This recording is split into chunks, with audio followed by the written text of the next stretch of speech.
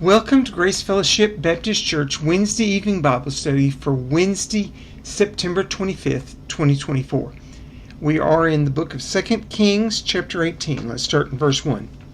In the third year of Hosea, son of Elah, king of Israel, Hezekiah, son of Ahaz, king of Judah, began to reign. He was 25 years old when he became king, and he reigned in Jerusalem 29 years. His mother's name was Abijah, daughter of Zechariah. He did what was right in the eyes of the Lord, just as his father David had done. And let's pause there a minute. Let's discuss Hezekiah and his father. Hezekiah, 25 years old when he becomes king. His father was 36 when he died. So that means Ahaz had Hezekiah when he was 11. I'd warned you, start watching the ages when these kings had children. It becomes very important to the narrative. Ahaz was, of course, an evil king. He did nothing well. He was self-indulgent. Let's face it, as an 11-year-old, he was conceiving children. You know he didn't raise Hezekiah. Hezekiah was raised by his mother. His mother was from the priest line. Again, they're intermarrying between the royalty and the priest. Zechariah was a priestly name, so his grandfather was a priest. And fortunately for us, fortunately for Judah, he was raised by his mother, not his father. So he had a godly education. And he did what was right in the eyes of the Lord. That's the good news from this. But you understand more about Ahaz and why he was such a terrible king. He was doing whatever he pleased. And he had never been rebuked. And at 11, he entered puberty and they gave him a wife. And he had a son. And so begins Hezekiah. And Hezekiah is arguably the second greatest king of Israel, maybe even the best king. It's hard to compare David and he, to argue which one's better. I'm not gonna get into that debate. He and David are the two great kings of Judah, of Israel. And he is the best king of Judah after the two kingdoms split apart. That's hands down true. Verse 3, he did what was right in the eyes of the Lord, just as his father David had done. He removed the high places, smashed the sacred stones, and cut down the Asherah poles. He broke into pieces the bronze snake Moses had made, for up to that time the Israelites had burned incense to it. It was called Nehushtan. Hezekiah trusted in the Lord, the God of Israel. There was no one like him among all the kings of Judah, either before him or after him. He held fast to the Lord and did not cease to follow him. He kept the commands the Lord had given Moses, and the Lord was with him. He was successful in whatever he undertook. He rebelled against the king of Assyria and did not serve him. From watchtower to fortified city, he defeated the Philistines as far as Gaza and its territory. So, God gave Hezekiah success because Hezekiah depended upon God and worshipped him only. And he tried to stamp out all the false religion in Judah. He definitely tried to undo what Ahaz, his father, had done. And he went further than anybody else. Up to this point in time, the bronze snake that Moses had made in the desert when God had told him to, and the snakes were striking the people, and God told him, make the bronze snake and hold it up, and when they see it, they will be healed. And the plague stops because people started looking at the snake and the snakes quit striking and killing people. It had been worshipped, and incense had been burned to it, and it had become a pagan shrine. Yes, it told the history, and they understood a great miracle, but they had attributed that miracle working ability to that metal, not to the God that told Moses to make that symbol. And so he realized that was evil and broke it up, and people could no longer worship it and worship at it. And he cut down the Asherah poles. He broke the sacred stones, which was a sign of Baal worship. He removed the high places so people wouldn't worship them anymore, and people would have to come to the temple at Jerusalem to worship. He tried to purify the land, and he actually succeeded fairly well. He is in troubling times, though. The Assyrian Empire is at its height. His father has become a vassal king to the Assyrians, and they have impoverished the land. And if it wasn't for the very rich agricultural land that Judah had and their agricultural productivity, they would be destitute. They fortunately are still a breadbasket of the Middle East at that point in time, and they can trade grain and other agricultural produce to the world for currency. And as long as they can still do that, they can pay the excessive tribute that the king of Assyria demands. Verse 9. In Hezekiah's 4th year, which was the 7th year of Hosea, son of Elah, king of Israel, Shalmaneser, king of Assyria, marched against Samaria and laid siege to it. At the end of 3 years, the Assyrians took it. So Samaria was captured in Hezekiah's 6th year, which was the 9th year of Hosea, king of Israel. The king of Assyria deported Israel to Assyria and settled them in Hala and Gozan on the harbor river and in the towns of the Medes. This happened because they had not obeyed the Lord their God, but had violated his covenant, all that Moses, the servant of the Lord, commanded. They neither listened to the commands nor carried them out. In the 14th year of King Hezekiah's reign, Sennacherib, king of Assyria, attacked all the fortified cities of Judah and captured them. So Hezekiah, king of Judah, sent this message to the king of Assyria at Lachish. Let me pause there. I didn't mean to start into the attack on Judah. They recoup that Israel falls during Hezekiah's reign.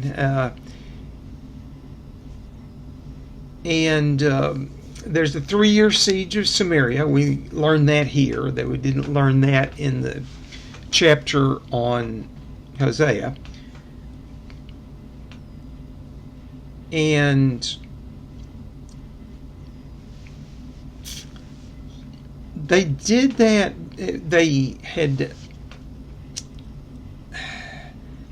it's again stated that the reason God sent them, the Israelites, into captivity is they had not obeyed God. And Hezekiah had already encouraged the people to obey God and wanted them to obey and made it the law of the land that they were to obey God, not worship anything else. And so, at least formally at this point, everybody is worshiping Yahweh. And in that process, he quits paying tribute that his father had been paying to Assyria and stops that. And so he's technically in rebellion.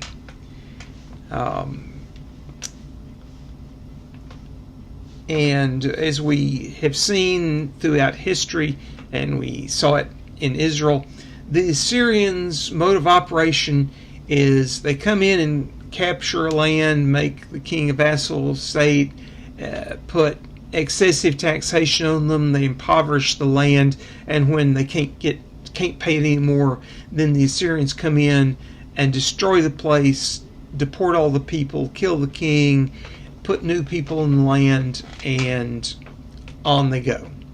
And their war machine generates the revenue it takes to keep working. And their explanation is when they win the battle, they win the war, it's their God defeating your God. And their gods are gods of war, and therefore when they win, their God is the true God and your God is a false God. And they have used that rationale on dozens of countries, and they have set up this huge empire. In fact, at this point in history, they are fielding 3 armies continuously. They have an empire that can have 3 armies in the field attacking people. And they have a reigning monarch that stays in their capital, and they have his sons as generals on the field, and those sons in charge of an army, in charge of conquering countries, are called kings. And so Sennacherib, when he conquers Israel, he goes back to be reigning regent because his father has died, and his sons are now going out and attacking. And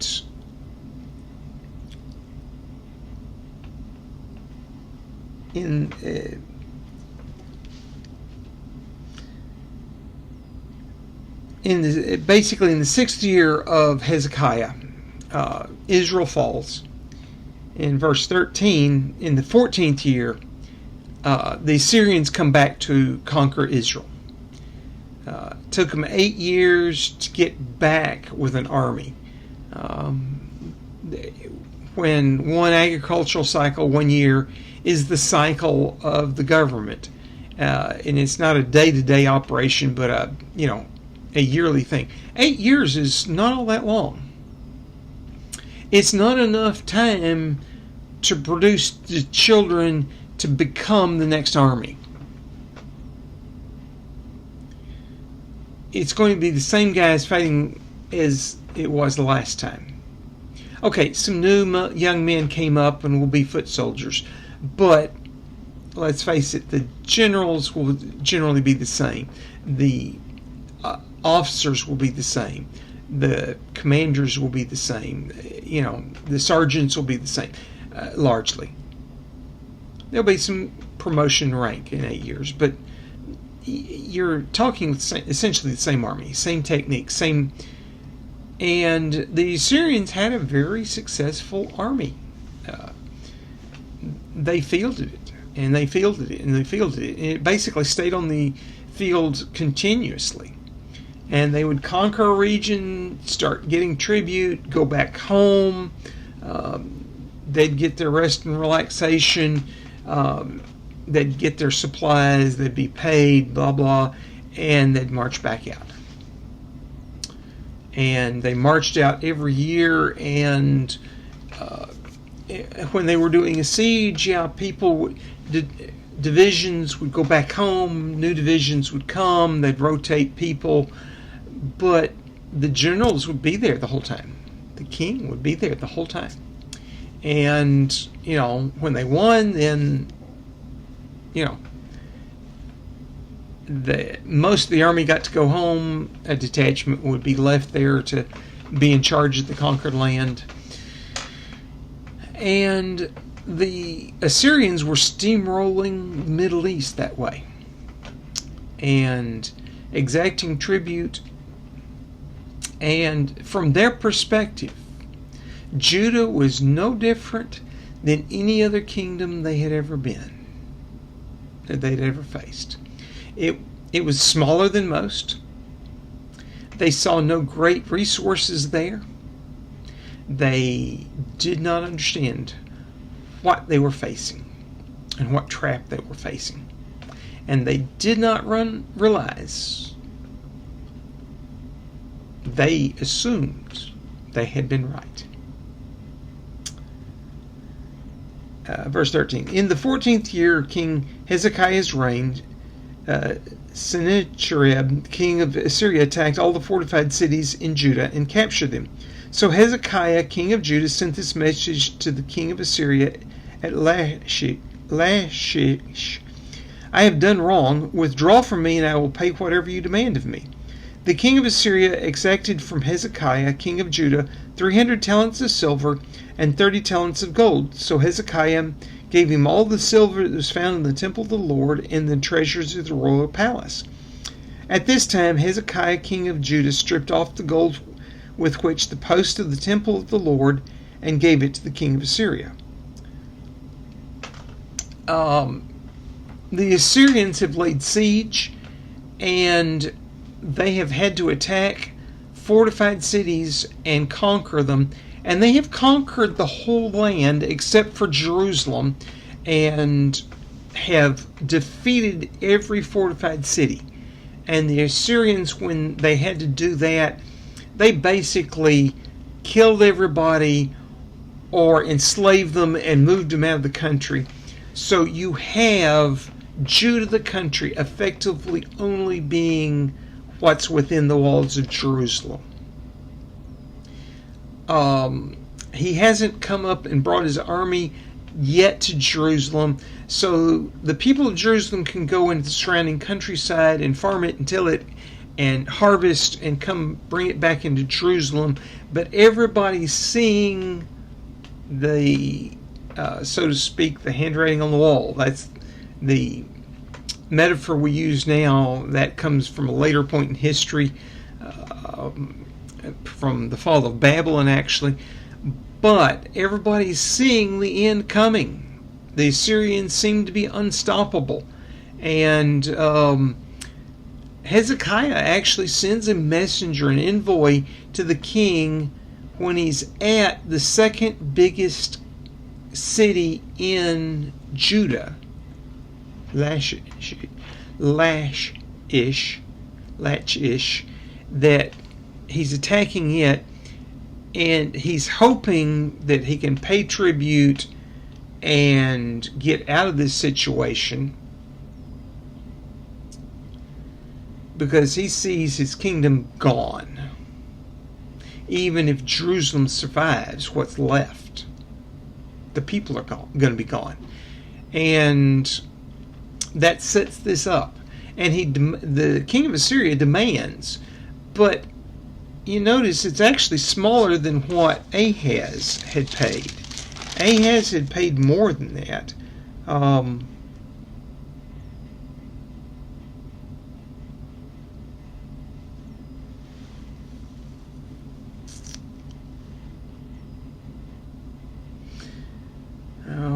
not finding it in a hurry.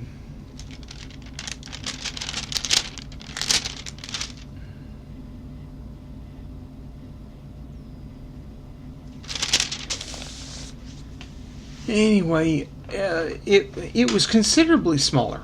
The Assyrians know that if they ask for too much, it can't be paid, but they have learned how to judge exactly what's available to be paid. And they ask for it, and Hezekiah can scrape it up. He has to basically remove all the monetary value that's in the palace and the temple, and scrape the gold off the walls, and etc., and remove all chance of currency from Jerusalem, but he can pay it. Verse 17, the king of Assyria sent his superior commander, his chief officer, and his field commander with a large army from Lachish to King Hezekiah at Jerusalem. They came up to Jerusalem and stopped at the aqueduct of the upper pool on the road to the washerman's field.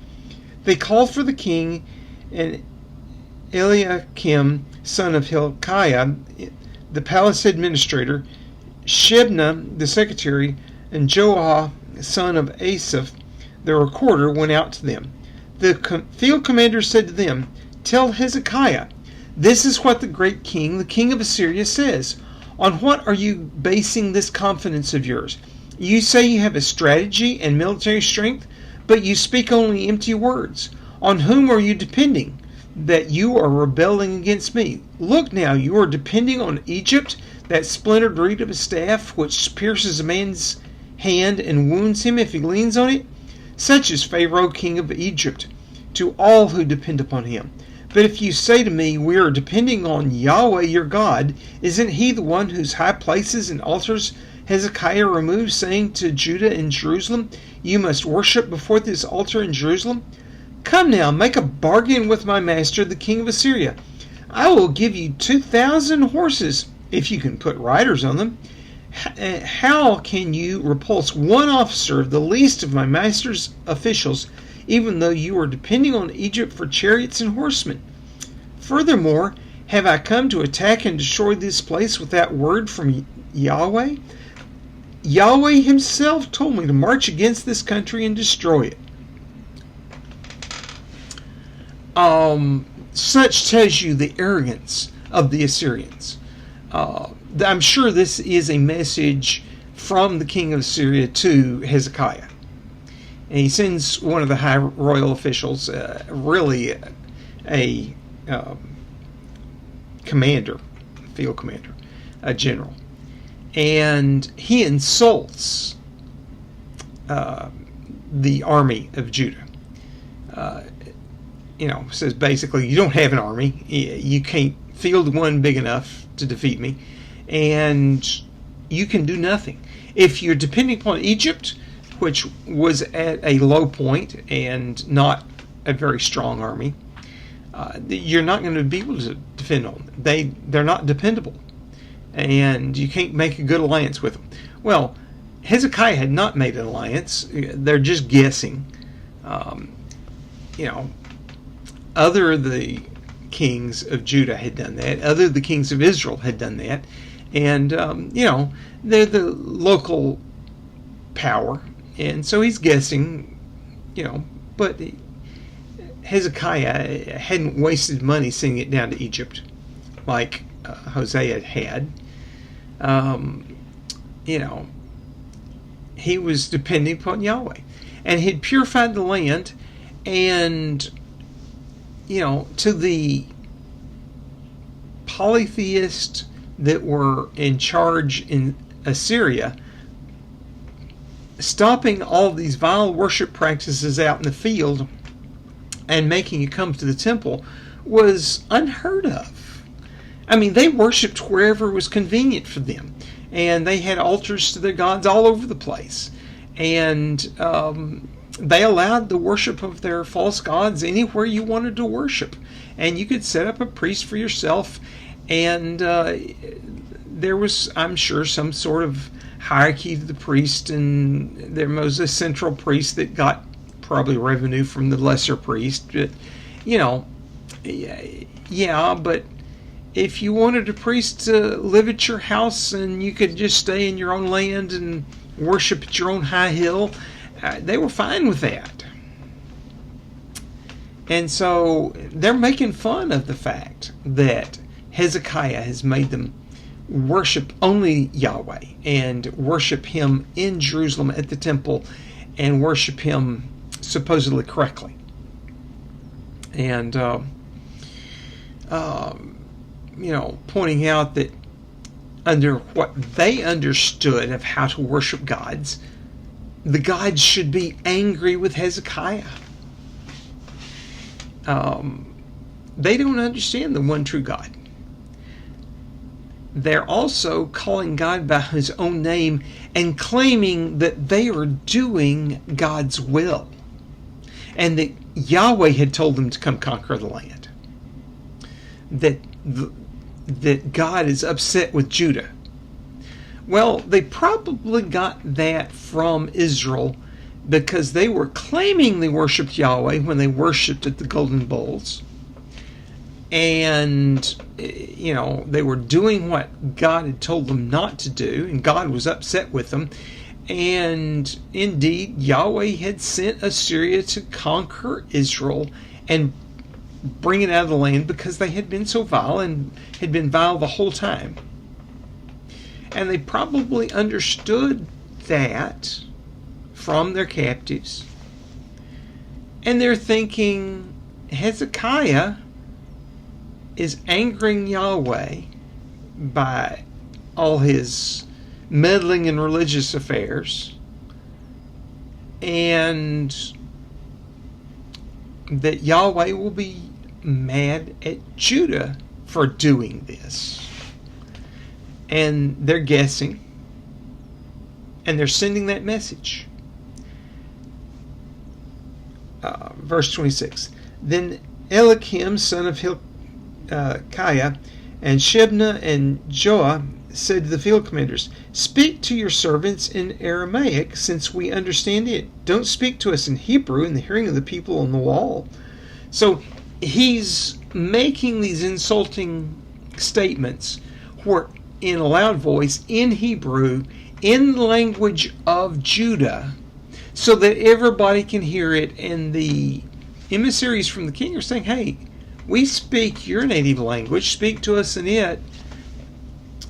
Verse 27, but the commander replied, "Was it only to your master and to you that my master sent me to say these things, and not to the men sitting on the wall, who like you will have to eat their own filth and drink their own urine?" He's being quite insulting here. This translation is actually being nice because he's literally saying you're going to have to eat your own excrement and drink your own urine. The famine in Jerusalem is going to be so bad that's going to be the way it is. And he's saying, no, my master's speaking to everybody, not just to your master. This isn't, king to king. I'm trying to put terror in the whole land by speaking y'all's language loud enough that the people on the wall hear it and want to surrender. He's trying to instill terror in the hearts of the people of Judah, that he's going to win, it's inevitable, and you can't do anything about it, so you might as well give up now.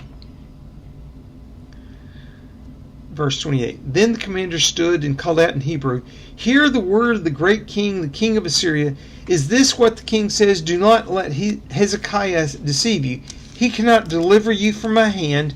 Do not let Hezekiah persuade you to trust in Yahweh when he says, Yahweh will surely deliver us. This king will not be delivered into the hand of the king of Assyria. Do not listen to Hezekiah. This is what the king of Assyria says. Make peace with me and come out to me. Then every one of you will eat from his own vine and fig tree and drink water from his own cistern until I come and take you to a land like your own, a land of grain and new wine, a land of bread and vineyards, a land of olive trees and honey. Choose life and not death. Do not listen to Hezekiah, for he is misleading you when he says, Yahweh will deliver us. Has the God of any nation ever delivered his land from the hand of the king of Assyria? Where are the gods of Hamath and Arpad? Where are the gods of Sarah, Vam, and Henna and Ivah? Have they rescued Samaria from my hand? Who of all the gods of these countries has been able to save his land from me? How then can Yahweh deliver Jerusalem from my hand? He's being pointed and direct and stating his theology. My God's defeated all these other gods. No God is able to withstand my God. Yahweh can't withstand me. He's making it plain, telling everybody and saying, hey, my king is going to defeat your king. Your king can't do anything about it, and your God can't do anything about it. He's being blunt, and he's telling people in their native language. He's not being kind. Verse 36, but the people remained silent and said nothing in reply, because the king had commanded, do not answer him.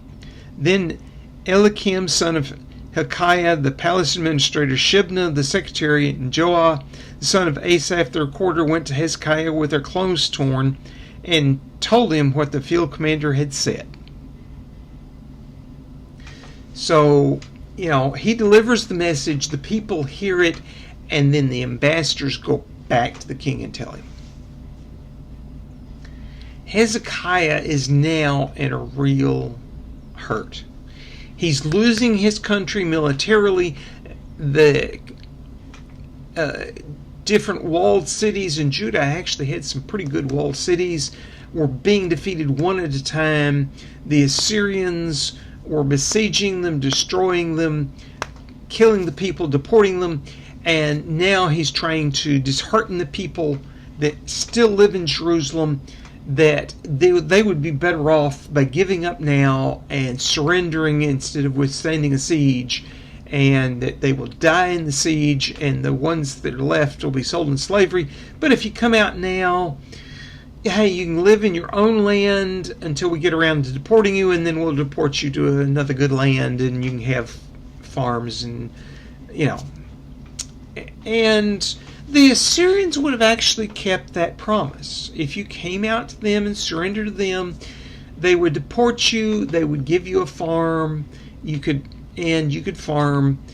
They would mix you away from your people. You'd be planted next to somebody you didn't know and that didn't know you, and you couldn't build your strength back up. And they would put people back in Jerusalem, back in Judah, to farm it.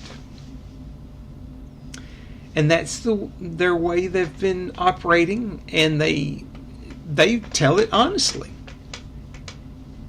They think they're going to win. They're that arrogant. They don't think Yahweh is powerful. They don't think anybody's God is a real God except their God.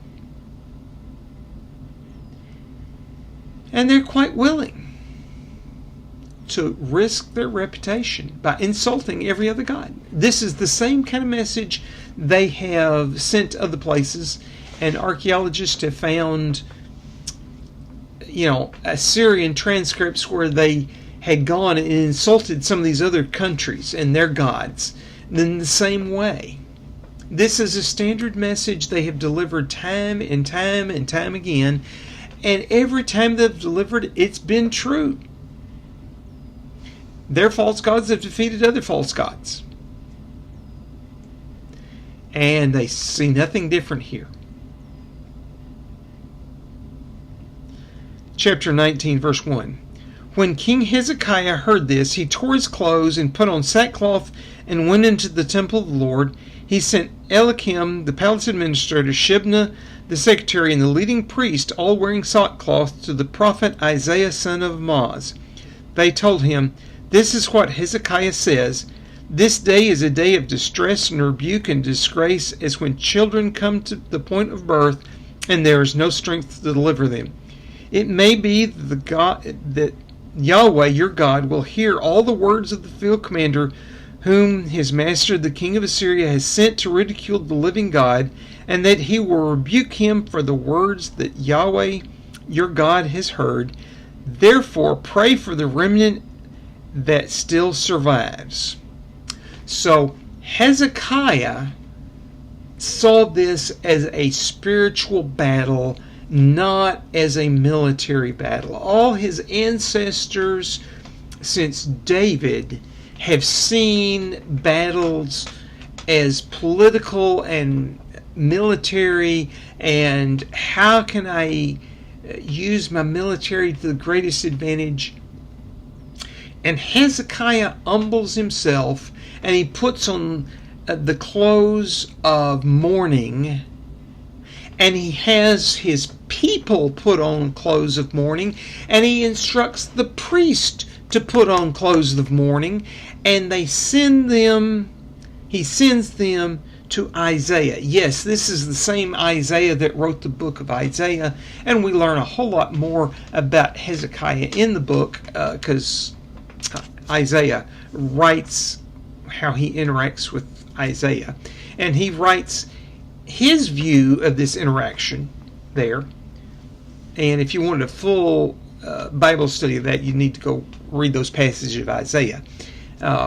It's very, very telling. But Isaiah knows that Hezekiah is humbling himself before God and knowing this is on God. That Hezekiah has no strength to do it.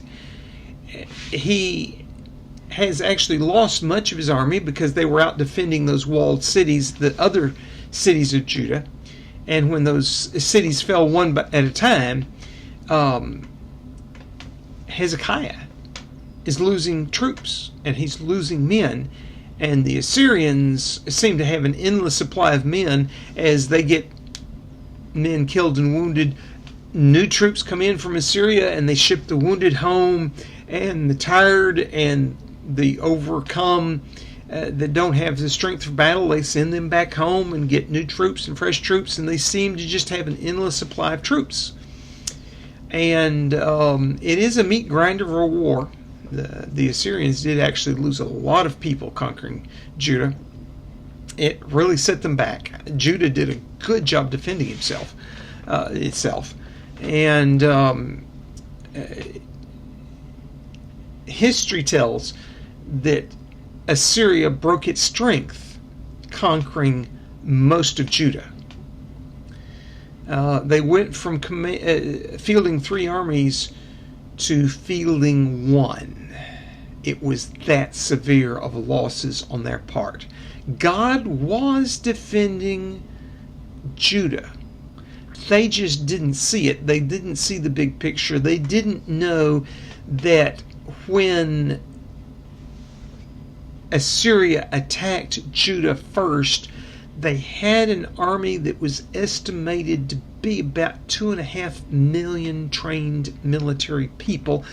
By the time Judah survives, they have about 500,000 people. Now, Judah has lost about that equivalent number of people overall, men, women, and children. So, 1-to-1 loss is bad. But the Assyrian Empire will never recover from their losses at this point. But Hezekiah doesn't know that, because he doesn't know, he also knows he can't recover from his losses. And it seems like the Assyrians have an endless supply of troops. He doesn't see that they've quit trying to conquer Anatolia, that they've quit trying to attack Greece, that they've quit attacking around the Black Sea. They were heading up into the regions up in there, and they were heading to trying to conquer all of Anatolia. They had a campaign to go start attacking Greece and take Greek city-states and get tribute. And the Assyrians came up against this problem that Judah was harder to conquer than Israel, which had been a bigger country with more people. And they can't stand to let it go. And they keep committing resources to it and resources to it and resources to it. And they're winning on the battlefield at the cost of their armies. And by the time they get to Jerusalem, they have one army. That's what history tells us. Hezekiah doesn't know that, and he takes it as a spiritual problem. You have insulted our God. And if he's a real God, then I need to go to him and let him handle it. And if he's not a real God, then, I'm going to still worship in him and depend upon him, and we just lose. Because if he's not a real God, what's the point of winning? But he also sends people to the man he knows is Yahweh's prophet. and he implores God and God's man. He goes to the temple. He worships there. He sends his emissaries to the prophet. Verse 5. When King Hezekiah's officials came to Isaiah, Isaiah said to them, "Tell your master, this is what the Lord says. Do not be afraid of what you have heard. These words with which the underling of the king of Assyria have blasphemed me. Listen, I am going to put such a spirit in him that when he hears a certain report, he will return to his own country, and there I'll have him cut down with the sword." When the field commander heard that the king of Assyria had left Lachish, he withdrew and found the king fighting at Libnah. Now Sennacherib received a report that Tirhakah, the Cushite king of Egypt, was marching out to fight against him. So again he sent messengers to Hezekiah with this word, "Say to Hezekiah king of Judah, do not let the God you depend on deceive you when he says, Jerusalem will not be handed over to the king of Assyria. Surely you have heard what the kings of Assyria have done to all the countries, destroying them completely. And will you be delivered? Did the gods of the nations that were destroyed by my forefathers deliver them, the gods of Gozan, Haran, Rezeph, and the people of Eden, who were at Tel Assar? Where is the king of Hamath and the king of Arpad, the king of the city of Seraviim, and Hena or Ava?" So he sends this very insulting message again and says, "Hey, we've always done it. We're going to do it again. Your God isn't going to be able to do anything. Don't depend on him." Now the thing is, the rumor he heard was the king of Egypt was coming up to attack him. So that had to be countered. He had to go out and face that king and face that battle. Indeed, the king of Egypt was not marching out to attack the Assyrian army. He was not coming out. And it's interesting to note that it was the Cushite king that was in charge, which means the Ethiopians had conquered Egypt. They were at the low point, and the Ethiopians were not fixing to march all the way to Assyria. They weren't fixing to march. They were trying to defend what they were viewing as their far northern border, the border of Egypt with the Sinai area. They were not fixing to go out and do battle with Assyria. They were depending upon Assyrians having to come through the desert to attack them, and them defend their northern border and put up a hard fight there. If the Assyrians overrun that and come into the land, they can bring armies from further south and make it a very expensive battle to come through Egypt to attack Ethiopia. The Ethiopian strategy is, we'll use our northern conquered country, Egypt, as the defense zone and make it expensive and hard, and they're going to be getting further and further from home with less and less supplies, and their supply lines are going to get hard to do, and it's through desert, and we're going to win the war of attrition because you can't fight that far from any empire and win. And our supply chains will get shorter and shorter as we defend harder and harder closer to home. And we'll be able to produce the troops and bring them in. And they weren't going to go out and meet Assyria head to head. They weren't out to defeat Assyria and win. They were out to keep their empire. Their empire went through Egypt. So he's hearing a false rumor, and he leaves the battlefield to go meet them. And he sends this very insulting message and says Yahweh can't win. Verse 14. Hezekiah received the letter from the messengers and read it. Then he went up to the temple of the Lord and spread it out before the Lord. And Hezekiah prayed to the Lord, O Lord, God of Israel, enthroned between the cherubim, you alone are God over all the kingdoms of the earth. You have made heaven and earth. Give ear, O Lord, and hear. Open your eyes, O Lord, and see. Listen to the words of Sennacherib has sent to insult the living God. It is true, O Lord, that the Assyrian kings have laid waste these nations and their lands. They have thrown their gods into the fire and destroyed them, for they are not gods, but only wood and stone fashioned by men's hands. Now, O Lord our God, deliver us from his hands, so that all the kingdoms on earth will know that you alone, O Lord, are God.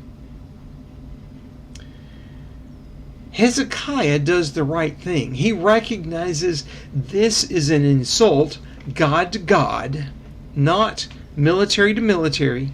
His right response is not to try to raise an army and attack and conquer, but to take it to Yahweh, his God, and take it up in prayer. And he spreads the letter that Sennacherib had sent him before God and says basically, God, read this insulting letter and you deal with it. And he prays and admits that, yeah, the Assyrians have destroyed all these other lands and all these other gods, but they were false gods. They were just idols, and you could burn them and you could break them and you could melt them down into silver and gold and whatever, and that's why they were able to defeat them. They're not really gods. And basically says, since you're the one true real God and their gods aren't real, you got to win, and it's on you. It's not, I can't do with this. It's too big for me. Verse 20. Then Isaiah son of Amoz sent a message to Hezekiah. This is what the Lord, the God of Israel, says. I have heard your prayer concerning Sennacherib, the king of Assyria. This is what the word the Lord has spoken against him. So, Hezekiah prays in the temple in private, and then God talks to Isaiah, and Isaiah answers Hezekiah and says, God heard you. Hezekiah knows that Isaiah was not there to listen. Isaiah could not invent this on his own. If Isaiah heard a word from God, God is a real and living God and speaks to Isaiah, and Isaiah is his prophet. And Hezekiah knows that this has been communicated and this is God's word and that God is powerful, because this could not have been done through human hands.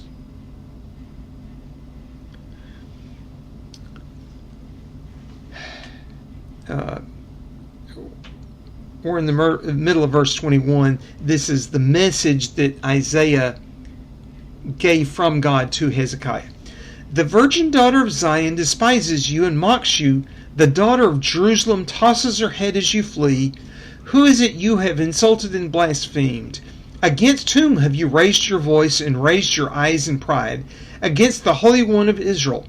By your messengers you have heaped insults on the Lord, and you have said, with my many chariots I have ascended to the heights of the mountains, the uttermost heights of Lebanon, and have cut down its tallest cedars and its choicest of its pines. I have reached its remotest parts, the finest of its forest. I have dug wells in foreign lands and drank the water there. With the heels of my feet I have dried up all the streams of Egypt. Have you not heard? Long ago I ordained it. In days of old I planned it. Now I have brought it to pass that you have turned fortified cities into piles of stone. Their people drained of power are dismayed and put to shame. They are like plants in the field, like tender green shoots, like grass sprouting on the roof, scorched before it grows up. But I know where you stay, and when you come and go, and how you rage against me, because you rage against me, and your insolence has reached my ears. I will put my hook in your nose, and my bit in your mouth, and I will make you return by the way you came. This will be the sign for you, O Hezekiah. This year you will eat what grows of itself, and the second year what springs from that. But in the third year sow and reap, plant vineyards and eat their fruit. Once more a remnant of the house of Judah will take root below and bear fruit above. For out of Jerusalem will come a remnant, and out of Mount Zion a band of survivors. The zeal of the Lord Almighty will accomplish this.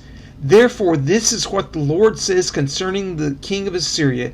He will not enter this city, nor shoot an arrow here. He will not come before it with shield, or build a siege ramp against it. By the way that he came he will return. He will not enter this city, declares the Lord. I will defend this city and save it, for my sake and for the sake of David my servant. And so the answer that God, Yahweh Almighty, sends to Hezekiah is as insulting to the king of Assyria as the king of Assyria had been to Yahweh. This is now a battle of gods, just like Assyria says it is. They're fixing to find out the hard way. They have come up against a true God. They've been defeating idols, defeating false gods left and right for basically 150 years. And they have a long history. And they have spent enormously to try to conquer this little country. They have their sights on Egypt. They have their sights on the Philistines, who by happenstance are going to get to be defended by Judah because they don't get there. Having a one true God in the way really is useful to the Philistines and to the Egyptians. And God gives concrete things to look for. Things that Hezekiah can read in this. The king of Assyria will not come to Jerusalem. He won't bring his army there. He won't put up siege works. He won't bring men and equipment and arrows and bows and shields. He won't come there. He will return to his home country. The first year after that, you'll have to eat what was growing in the fields that you planted, but you won't get to plant. The Assyrians will still be around, and there will be volunteers, and you will eat the second year from that. And the third year, you will take the seed you saved from that second year volunteer crop, and you will plant and reap fields. And the Assyrians won't be around, and you'll plow and plant, and it will be normal, and the remnant that will leave Jerusalem will go out and reestablish Judah. That's concrete stuff. This year's crop that we planted in the spring and that we're now in Jerusalem watching grow and hoping the weeds don't get too bad, it'll grow on its own, and we'll eat it, and we'll be in such a hurry to harvest that we'll be knocking seeds down on the ground, and they'll just naturally plant themselves. And next year, the crop from that volunteer plants will go out and harvest and eat from that.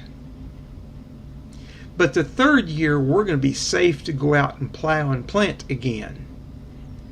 That's concrete things they can see. And they can therefore watch on a human time scale. Is Isaiah really God's prophet? Because if it doesn't come true, they know Isaiah is a false prophet. If it comes true, they know he might be real. And since he's preaching to worship Yahweh and Yahweh alone, they can also see whether the king of Assyria comes against Jerusalem with his army. If Isaiah says he's not coming here and he comes, then Isaiah is a false prophet. Isaiah has put his line and his reputation on the line that he speaks for Yahweh. And he puts concrete things out that they can see.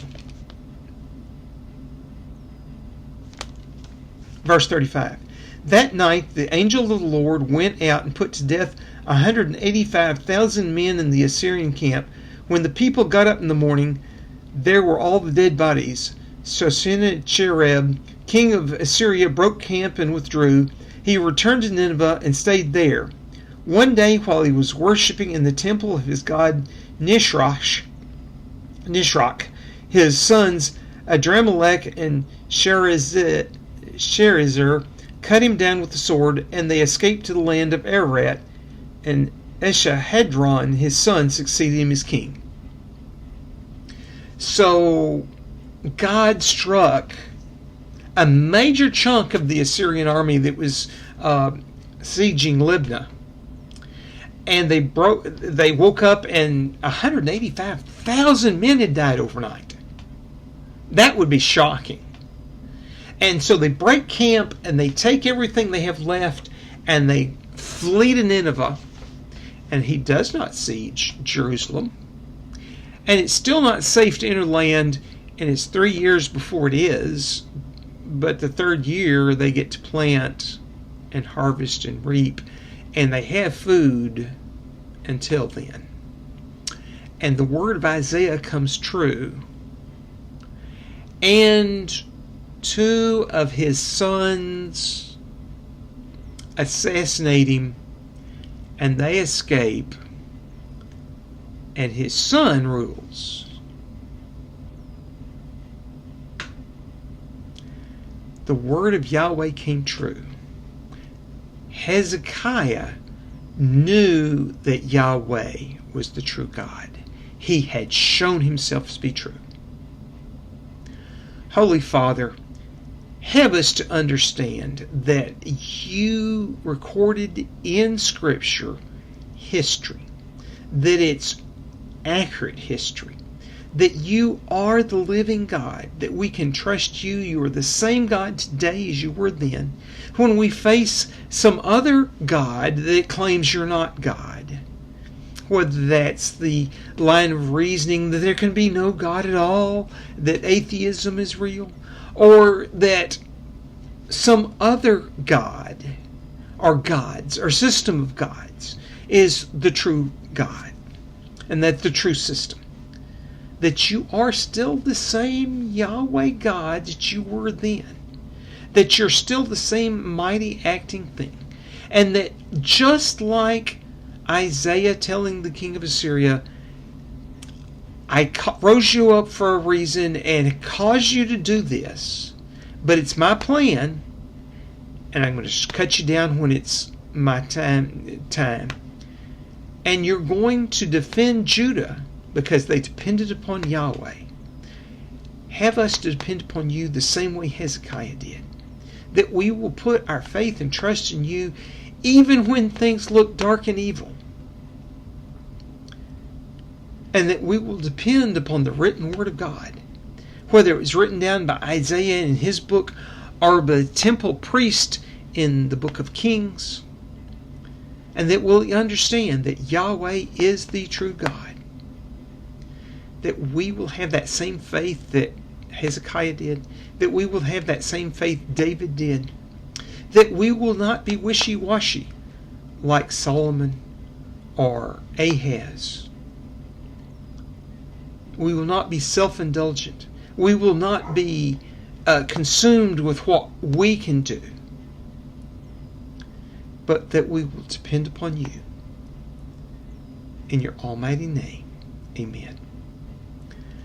I am your host, Frank Reich, Associate Pastor of Family and Ministry at Grace Fellowship Baptist Church, and this has been the Wednesday evening Bible study for Wednesday, September 25th, 2024. This was recorded on Saturday, September 21st, 2024. And I hope to see you in church tomorrow. I hope to see you in church Wednesday evening where we discuss this and the 18th and 19th chapters of 2nd Kings. And if not, we'll see you here on YouTube. Have a blessed week. Oh, footnote to those who are following. The doctor visit went well. I got some pain relief. I've had a follow-up, some stuff done, and going to have follow-up on that when they figure out what's really going on. There's still a lot of diagnostic stuff to do, but God is working to bring me back to functional. I'm going to give him credit. Y'all have a blessed week.